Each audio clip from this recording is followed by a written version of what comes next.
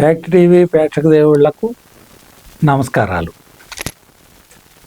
దేశంలోనే అత్యంత హేయమైన వికృతమైన చర్యగా కలకత్తా ఆర్జికర్ హాస్పిటల్లో ఒక వైద్యురాలి మీద దారుణాతి దారుణమైన రేప్ అండ్ మర్డర్ జరగడం భారతదేశం మొత్తం తలదించుకోవాల్సిన పరిస్థితి.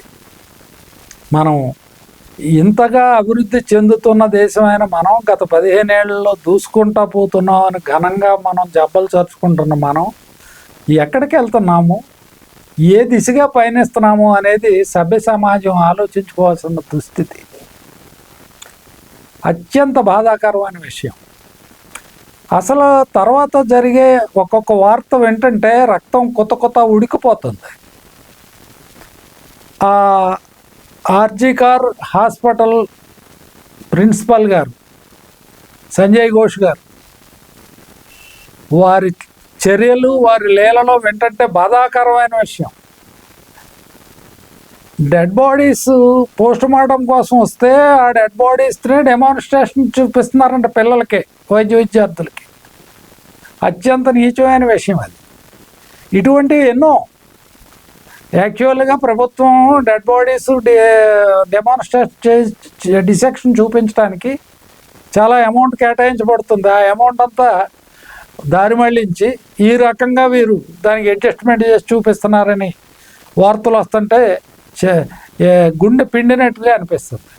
మరొక విషయం ఏంటంటే, కలకత్తా అంతటి మహానగరంలో నగరం నడిబొడ్డున ఇంతటి వికృత చేష్ట దాదాపు 40 నిమిషాలు జరుగుతుంటే ఆపే నాదుడు లేక, ఏ విధమైన సహాయ సహకారాలు లేక ఆ పసితల్లి ఆ ప్రాణం, ఆ డాక్టర్, యంగ్ డాక్టర్ ప్రాణం ఎంతగా తలడిల్లిపోయిందో, ఆవిడ ఎంత ఘోష బాధ అనుభవిస్తూ ప్రాణాలు విడిచిందో, ఆ మానవ జాతి ఎక్కడా కూడా అసలు అటువంటి వికృతమైన విషయం వినాలంటే సిగ్గుతో చచ్చిపోదాం అనిపిస్తుంది. అంత బాధాకరంగా ఉంది.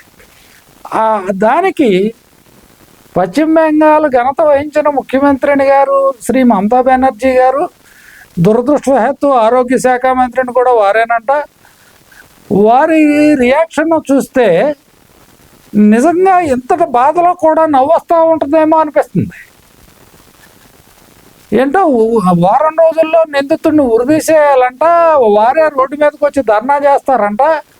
అంతేగాని ఆ డాక్టర్ గారిని మాత్రం, ఆ ప్రిన్సిపాల్ గారిని, ఆ మెడికల్ కాలేజ్ ప్రిన్సిపాల్ గారిని ఇమీడియట్గా ట్రాన్స్ఫర్ చేయటం, వారు వెళ్ళి వేరే కాలేజీలో ఛార్జ్ తీసుకుంటూ కూడా జరిగిపోయింది.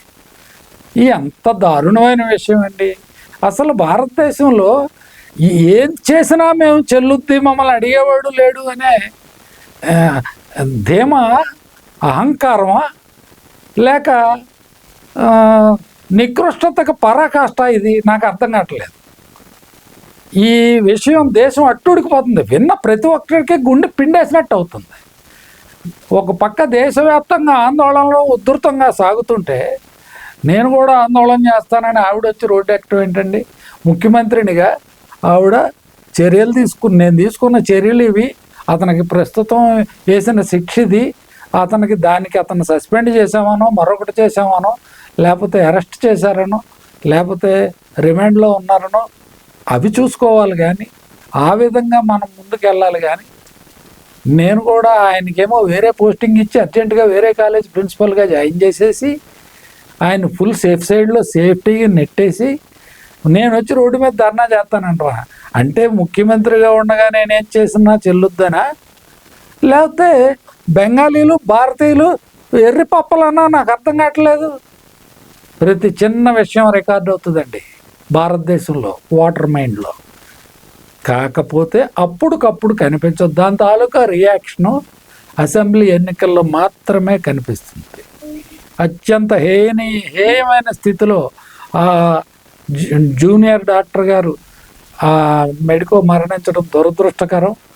దానికి దేశం యావత్తు సంఘీభావం తెలుపుతూ ఆవిడ ఆత్మకు శాంతి కలగాలని కోరుకుంటూ, ఈ కేసులో దునియా తలకిందులైనా సరే వారికి సత్వరంగా ఖచ్చితమైన న్యాయం జరిగి తీరాలని ఈ ఫ్యాక్ట్ టీవీ ద్వారా నేను మిమ్మల్ని కోరుకుంటున్నాను.